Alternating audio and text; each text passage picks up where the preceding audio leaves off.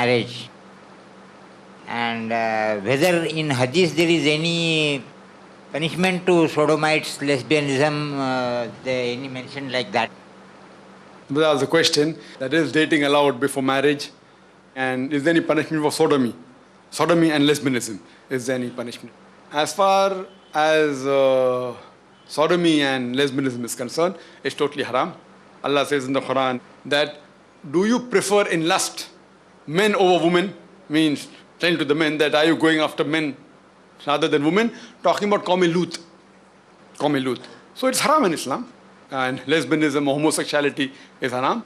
And even involving with children, there are hadith is totally haram. There is no permission.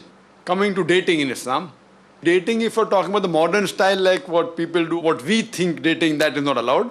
Going and meeting a girl outside, going to the garden alone with her and seeing whether, trying and finding out what are her views and going to a movie and sitting on the last bench.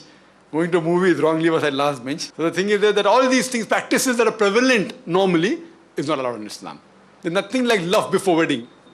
LBW. No, LBW haven't created nothing in, like love before wedding. But fine. But the Prophet also said that it is a sunnah, it is preferable you look at the girl you're going to marry.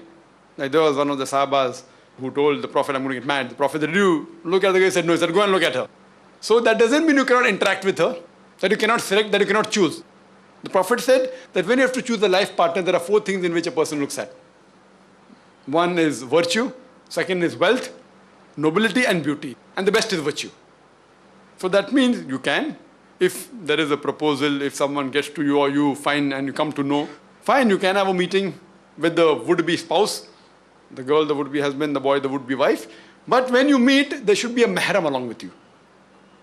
Either the boy's sister or the girl's brother. Because the Prophet said that if 2 foreign males, na mahram, alone in a closed room, the third person is the devil. So maintaining the modesty, maintaining the hijab level, surely you can meet the would-be husband or would-be wife, interact, exchange views, find out the views, no problem. Speak once, twice, thrice, 1 hour, 2 hours, no problem. But not in seclusion.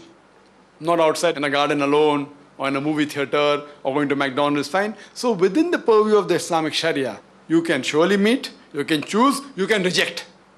You can reject and go and look for another one, but within the purview of the Islamic Sharia. So if it's done within, there's no problem. It is preferable, it is the sunnah. So this is what you call this dating, it's allowed. Islamic dating is allowed. Non-Islamic dating is not allowed. If you call it a dating. Hope that answers the question. Any sisters have any question? After listening to your talks, I have come to know that dawah is an important thing for a Muslim.